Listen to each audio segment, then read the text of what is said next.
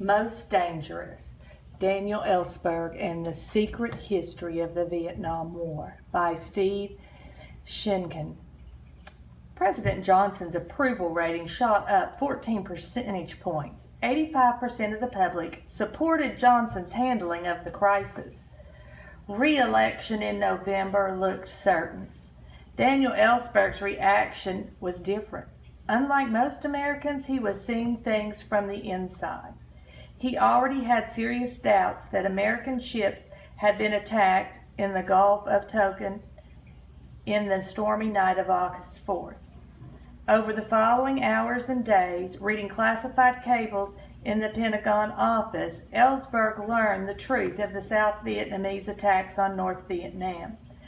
McNamara had told Congress and the United States had played no part in these raids. In fact, they had been top-secret operations planned by the CIA. The U.S. Navy provided the swift boats, machine guns, and the training.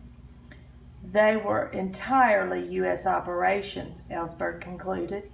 Every particular detail of these operations was known and approved by the highest authorities in Washington.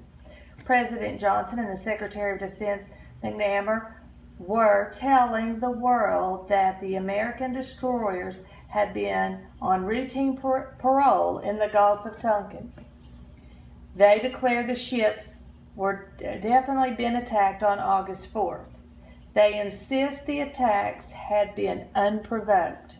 Within a day or two, Ellsberg would later say, "I knew that one of these assurances was false."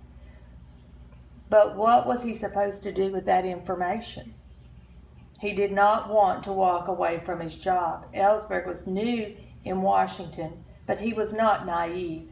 He knew the government did not really function like a neat little charts in some middle school civics books. If you will notice on the map that was included in this book, I have colored in blue the Gulf of Tonkin. And you can see it reaches from all the way from the top of North Vietnam down to South Vietnam, where it makes water patrol very easy. Ellsberg had a decision to make. Would he become the leak at the Pentagon to let the American people know what was truly going on that may stir up more riots and rallies against the war in Vietnam? Or will he keep about his job, not saying a word? Most Dangerous by Steve Sheinkin.